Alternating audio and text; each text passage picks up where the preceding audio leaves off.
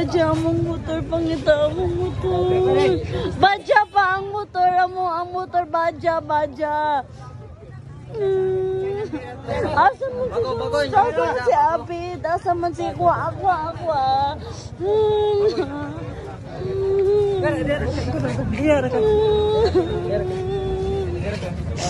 Mal! Nanyawa ka.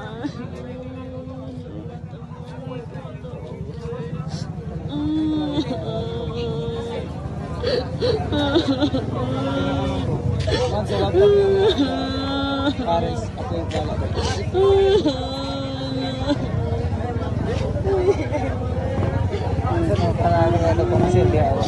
Ay, uli na may sa buwasan ni Sidro, please.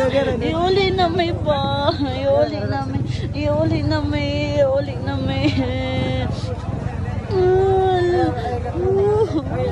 Dugo na kayo. Iuli na siya pa. Dagan na may. Kita may mag-drive ba ng motor si Papa na lang, si Mama na lang. So ayan, what's up guys? Gusto ko lang i-share sa inyo kung ano yung nangyari dyan behind on that video, kung ano yung kaganapan, ba't may umiiyak. So ang umiiyak pala dyan sa video na yan ay aking girlfriend. Bakit ka nga ba umiiyak doon? Kasi yung time na yan guys, hindi namin inaasahan na sobrang saya namin kasi punta kami sa probinsya para magbawas ng stress. So yun, fiesta that time, around 2 AM. Pauwi na sana kami niyan. Galing kaming disco. Kasama namin yung mga batchmates namin nung high school. After nun, pinagpahinga ko siya sa upuan. Harap ko lang siya nung time na yun. Then, kasama ko rin yung mga classmate ko sa may entrance lang kami. Sa entrance lang mismo nung discohan. And then, nagulat ako. Sabi nung katabi ko, nung classmate ko na, Karen, si Abid, si Doms, na may sumapak sa kanya. Sabi ganun. Hindi ko nakita kasi nga may kausap ako. Tapos, nung tinignan ko yung mukha niya, nagdudugo na yung ilong niya. Sobra grabe talaga yung dugo. Kaya grabe ako, so first time kong nangyari yung ganun. Naiiyak ako. Kaya guys, nakaupo lang ako noon dun sa sa may tindahan, dun sa pinag-inuman namin. So ayun, medyo nakainom ako noon kami.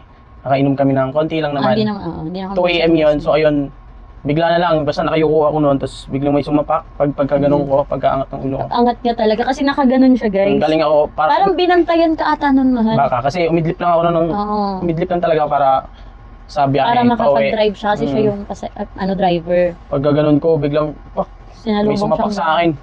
Hindi ko na napansin kasi, yun nga. Pero wala akong naramdaman na sakit noon. Siyempre, pag nakainom ka, medyo manhid yung katawan mo, parang wala akong nararamdaman. So yun, pag lagapak, dito. Sobrang bilis din ng pangyayari, kaya, guys. Pagkasapak sa akin dito, ginanon ko agad. Sinalo niya agad. Pagkaganon ko, puno ng dugo. Kasi sobra. Sa ilong ko, yun yung nag-nosebleed talaga. Maraming dugo sa ilong. So yun, may picture kami sa pantalon ko. Sa damit ko, hindi kita yung dugo kasi nakaitim ako nun. Pati sa akin, pantalon ko. Dugo-dugo na dugoan rin. Maraming dugo lumabas kasi sa ilong.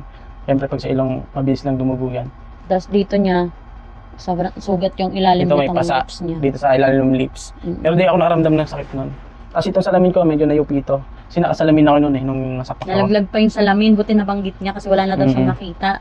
Since madilim kasi doon ng time na yun, diba? Madilim. Madilim yun.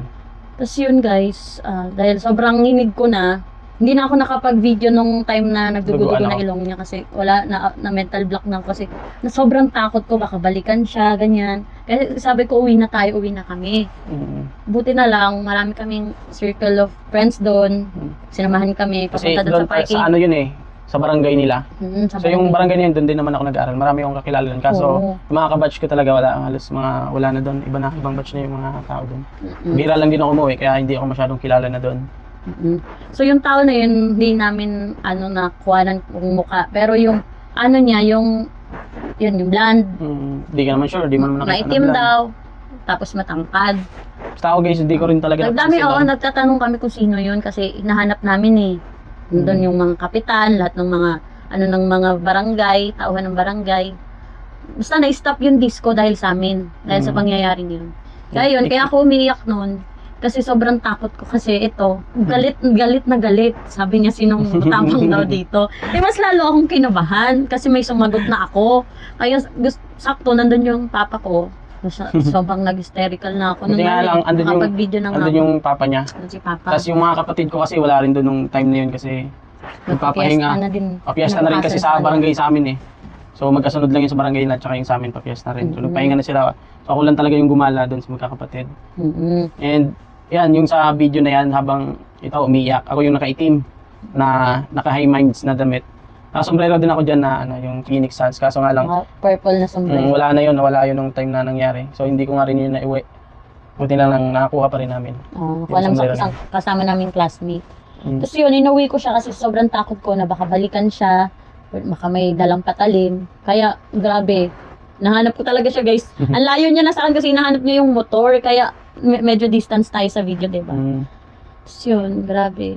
Hindi ko talaga napansin. Wala kasi akong idea na may mangyayaring ganun. So, hindi ko in-expect na... Oo guys, kasi wala kaming kaaway, wala din tong kaaway, wala din nang ganap na, may nakabanggaan ka ba noon time na yon? Wala.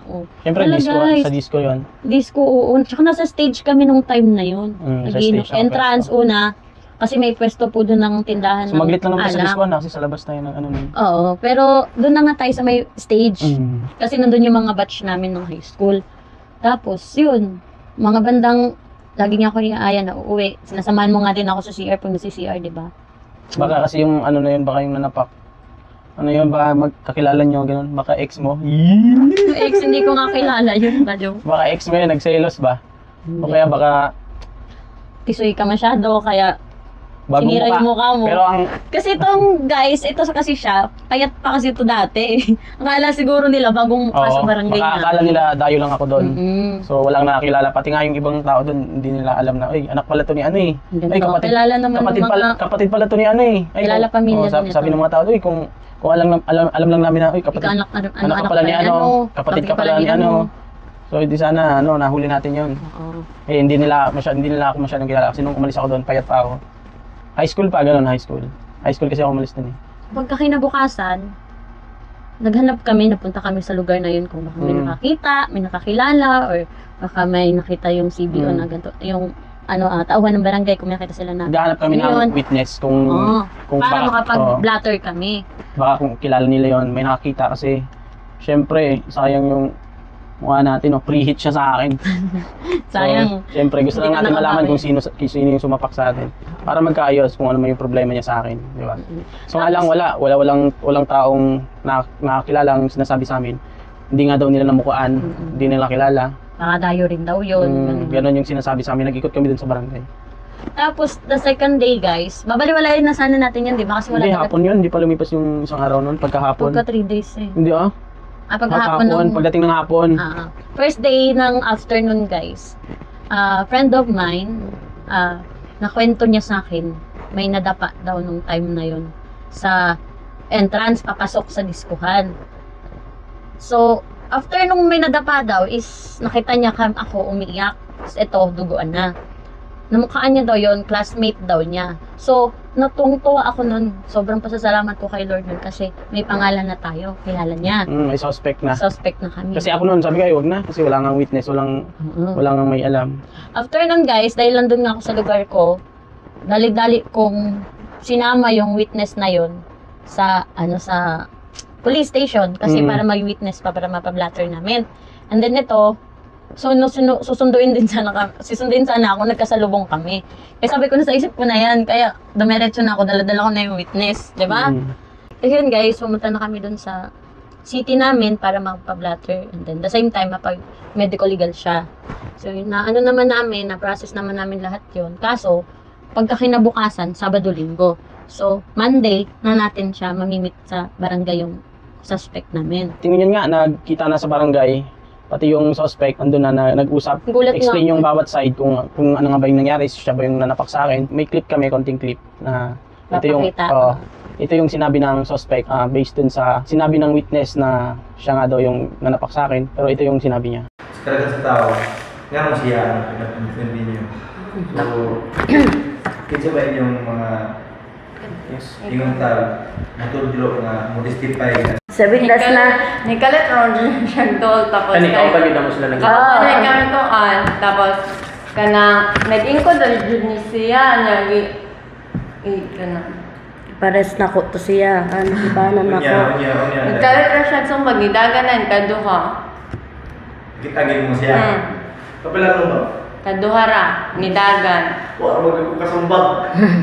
Ako ba na sumbagan? Sa tinuod lang, tanawa ko ba? Ano? Lahi na to. Lahi. Ay, lagi ko nung lima. Oy. Prima. Oh, yan, i-record ragod ng iyang bahad-bahad ka. Oh, i-record ng iyang bahad-bahad ha. Bakit ako? Ano sana yung karon? Siya ka magliki. Sakto ba? Kapatid, gini mo nga siya na sumbagan. Sige, kini na ba kung i-file lagi yung kaso, no, ang witness na ba isagin mo testify dito sa korte? Ako po, witness ko. Isa ko rin testify. So, na ba yung witness ninyo nga kapatid na siya? Hubog, lagi siya. Hubog naman god. Mga hubog di na gid. T-shirt, ang akong nabata yan. T-shirt ka yellow. Yellow, siya to. Yellow, tayo na. Dama, ano, ba? Ako, ganun ba? May kalit ba? Ako? Base. So, lihat, lahi na kita mong laban. Lahi yan. Nalaan siguro ni mo Dili, nito lagi. kanulingan. Ay, ano sila ano? Mapupog ka niya to. Dili, pista dili. Bukas mo gani ka. Yung pas na ginako, di gunitan mo ko. No, alam di ka gunitan. Siya. Gunitan jud ka kay nung bago kakitaan ka nung bago gunitan jud ka. Alam di ka gunitan, dagan ug ka. Diba? Mga, siya na dito ma'am. Nagukas. Dili kita mo. Karon mo kay amo ra maging masala sa basi makasala sa inyo. Ay pagbanta. Babanta ka pa. Explain ko ni mo. So yun, meron kaming dalawang witness na nakuha. Yung unang witness, pauwi na siya sa lugar niya kasi nga, bakasyon lang din siya nung time na yun.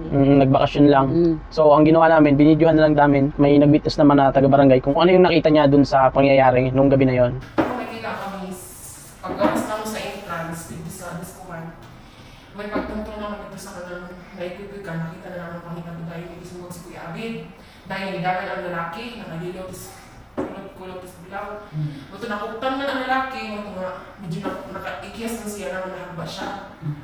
Ito nga, naguyukas niya sa nina, nidagan din siya. Para pagdagan siguro niya, hindi siya makuktan sa nina. Padagan siya kayo dito sa kuan, uubig to. So yun, yung sinabi niya. Sinilasay niya lahat na yun ang nakita niya, Oo. ganito, ganyan. And ano din siya, yun nga, kilala niya daw yung sumapak. Yung pangalawang witness, okay naman, nag-explain din siya. Kaso nga lang yung bandang dulo. Bandang dulo, ano siya. Nagdadalawang iisip siya, parang hindi daw siya yun. Parang hindi daw kasi yun kasi ang ano niya matangkad. Matangkad, tas blonde yung hair. Pero alam ko siya talaga nakita nun, di ba? Oo, magkatabi lang kami nun. Siya yung nagsabi kasi sa akin na, Karen, nasuntok si ganito, ganyan. So imposibleng hindi niya talaga mamukaan yan. Talaga, hindi kita nakita ng time. Hindi niya kasi Sa nakita. harap, sa harap lang din kasi ito sa akin. Nakita yung kaibigan niya. Katabi ko. Kaso nakainom na rin yun kaya baka hindi niya na rin mamukaan. Medyo madilim kasi yung ano na yun, yung lugar na yun. Pati dun sa barangay nag-ikot-ikot kami, wala talagang gustong mag-drop name. Kung sino yun, basta ang lagi nilang sinasabi, ay hindi nila kilala yun. Hindi nila mukaan, gano'n. Oo. Ngayon, merong na taga-barangay na may nakita siyang nahawakan na may na ganon nung time na yun. Nung time na nasuntok siya. Nahuli daw pala nila yung sumapak sa akin. May isang taong nakahuli. So, pinangalanan niya yon. Kaya gusto nung kapitan is makausap at makapunta doon sa hearing namin. Sa barangay. So ngayon, Para makuha yung ano niya, yung side niya. Side niya. Kung anong nakita niya. Kung So yun, matatawag natin yung na witness number 3. Oo. So yun, sabi ng kapitan is papuntahin dito, sunduin. Sinundo namin. Sinundo namin dun sa lugar nila. So yun, napakaganda. Ganda, pero ang ganda ng lugar ayun, parang gumala na din tayo. Medyo malayo-layo yung lugar pero maganda yung view doon. Kaya yun, nakapag-video din kami.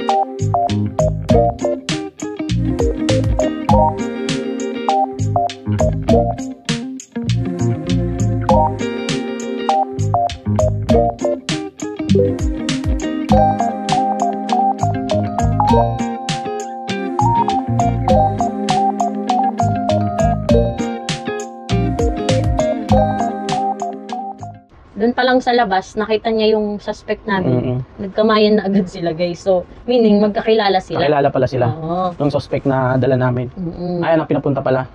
Kaso nga lang, ang sabi ng witness number 3, dahil nga hindi sure yung number 2, yung one namin sure na yun daw yun. Kaso yung number 2 na nakakita, hindi nga daw, hindi parang... Nagda-doubt siya kung yun ba o Oo. hindi. Kaya yung witness number 3 naman, yun, pagkakita niya, sabi, ay, hindi ito. Dito. Kasi siya yung nakahuli. Inipit niya daw dito sa kilikili niya. Siya yung pinakawalan. Kaya niya napakawalan pala yun, guys. Kasi nga, nakita siya nung taga-barangay. Akala CBO. niya magkakaroon ng gulo. So, binitawan na lang din niya. Kasi Kaya yun. nag-attempt daw yung si CBO na siya yung hampasin. Sasapakin, Hindi, oo. hindi supak ka. Ay, ano? Hampasin ng may mga dalang batuta.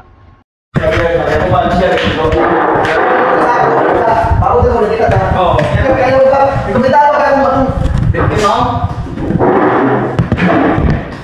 So, karon, dinisyon lang ko yung atong pagiging susunan. Acquitted siya sa inyo. Bakit siya Sila. bakit siya okay. Ang testigo ko na Dua-dua. pero ang iyang Identity sa iya, ha? Then si kini ko kata, mo ni mo ikat ko katakan siya yung sukat ko ngayon kita ah. Okay, pag sumbag niya, pag ditaran mo sumbag sa sulod ako dito sulod. Oo. Awat ang ako para to. Dakpo ni ginawa ko kaya akong guyon ko sa kan. CBO. Kaya ulit pa kami mo, papay mo tayo dito. Ay, nakawa pa lang mo eh. Dakpan na niya.